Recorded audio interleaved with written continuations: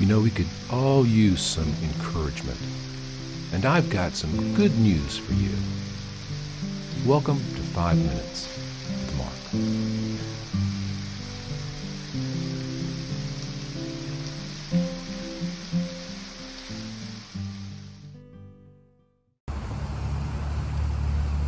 Greetings, friends. Welcome back to 5 Minutes with Mark.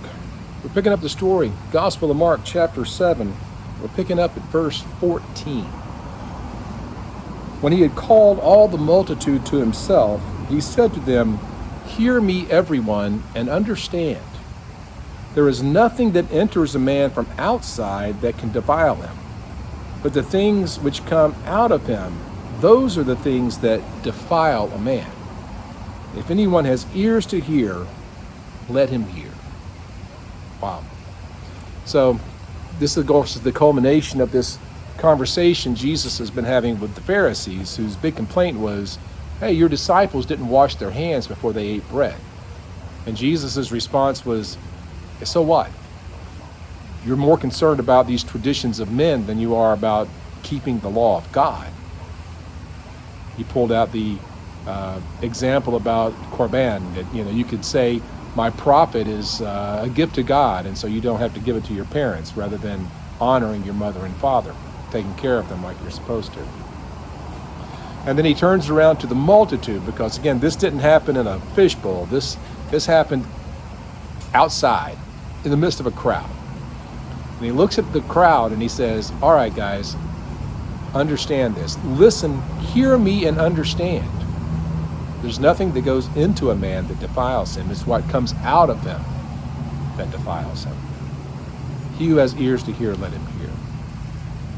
And so we begin to see this method of Jesus of speaking in parables that those who are listening have to kind of decipher. What did he mean by that? In fact, even his own disciples aren't going to catch it. He's going to have to explain it. We'll talk about that tomorrow. But this speaking in parables, I think, is something that we really need to understand, because we live in a world, we live in a society of people who do not have spiritual understanding. They don't have spiritual ears to hear. They don't have spiritual eyes to see. And so much of what's going on around them in the spiritual realm, so many kingdom things that are happening, but they don't catch it. They don't understand it. When they see someone walking a life of radical faith, when they see someone leaving everything to follow after Jesus, when they see people, making sacrifices for the benefit of others, living not, trying to gain as much stuff as they can, but trying to give as much as themselves as they can to the people around them, they just don't understand. And so they were probably not going to understand when Jesus said, look, you're not defiled by what you ingest. You're defiled by what comes out of you. It's a big idea. And if you have ears to hear, listen. Look, guys, hear me and understand. I don't think that Jesus was intentionally being cryptic because he didn't want people to understand. I think that Jesus was being cryptic because he wanted people to really think about it. And he understood that there were those who were spiritually minded. There were people who got it. There were going to be a handful that got it. The multitudes were going to look at him and go, we don't even know what you're talking about.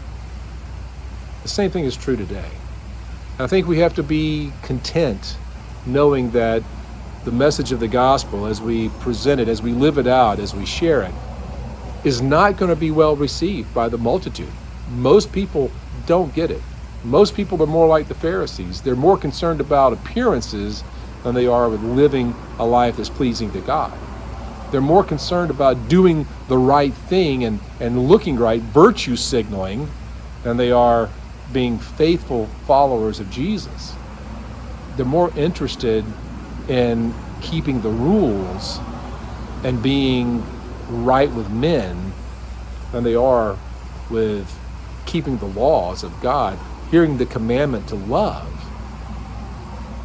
and being different, and walking against the grain, going against the flow of the culture. The call of the gospel, the call of the kingdom, is to walk contrary to the culture around us, to live a life that's different from the world that we're surrounded by. And I think that's really important to understand. So as we move forward, understand Jesus, he's not trying to confound people, but he's trying to weed out those who aren't going to get it and find those few who really grab hold of it, who have the spiritual knowledge and the desire to dig deep enough into spiritual things to figure it out. Nothing's changed. The kingdom is wide open. The doors are open. Few find it. That's what Jesus said. See you next time. I hope you're enjoying this Bible study, this quick devotion.